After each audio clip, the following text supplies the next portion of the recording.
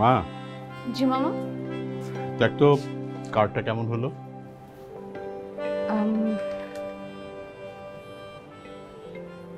খুব সুন্দর হয়েছে মামা।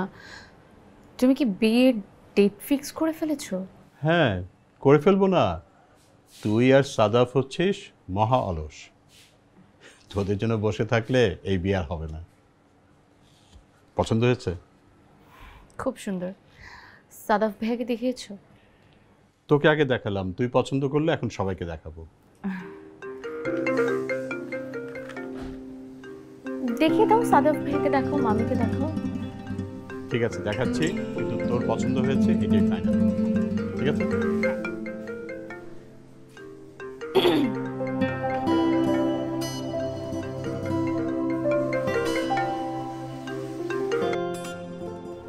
সরি, আপনি অনেকবার কল করেছেন।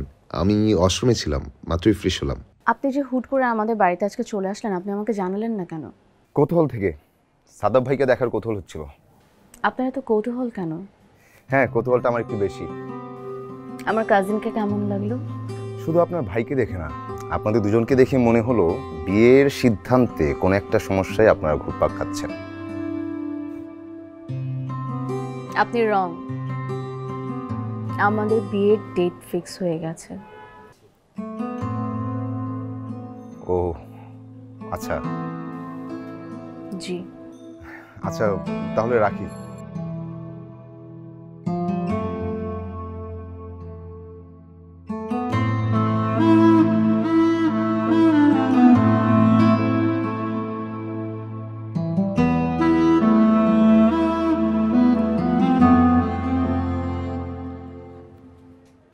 কিরে, মন খারাপ করে দাঁড়িয়ে আছিস কেন?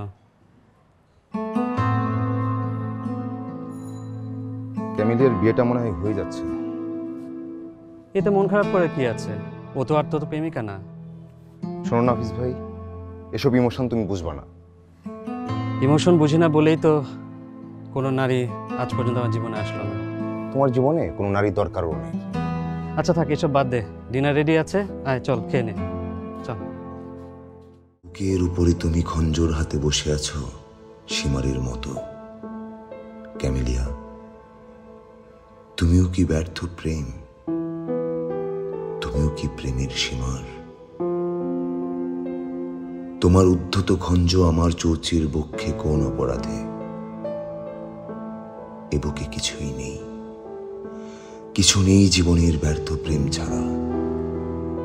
তুমি ভুল করে বসেছো এখানে, তুমি ভুল হাতে তুলেছ খঞ্জর। রসুল প্রতিম, তুমি আমাকে চুম্বন করো। আমি লক্ষ লক্ষ প্রেমে ব্যর্থ হতে হতে পৃথিবীর ব্যর্থতম প্রেমিকের মতো ঈশ্বরের সম্মুখে গিয়েছি। ছুঁয়েছি নিজের মুখ, আত্মপ্রতিকৃতি। অপূর্ণ প্রেমের পাত্র পূর্ণ করেছি। তুমি কি কি কেড়ে নিতে চাও? এই নাও প্রিয়তমা, বুকের পাজর ঘেঁষে সমলে বসিয়ে দাও প্রেমের খঞ্জর। আমি এক তিল নড়ব না।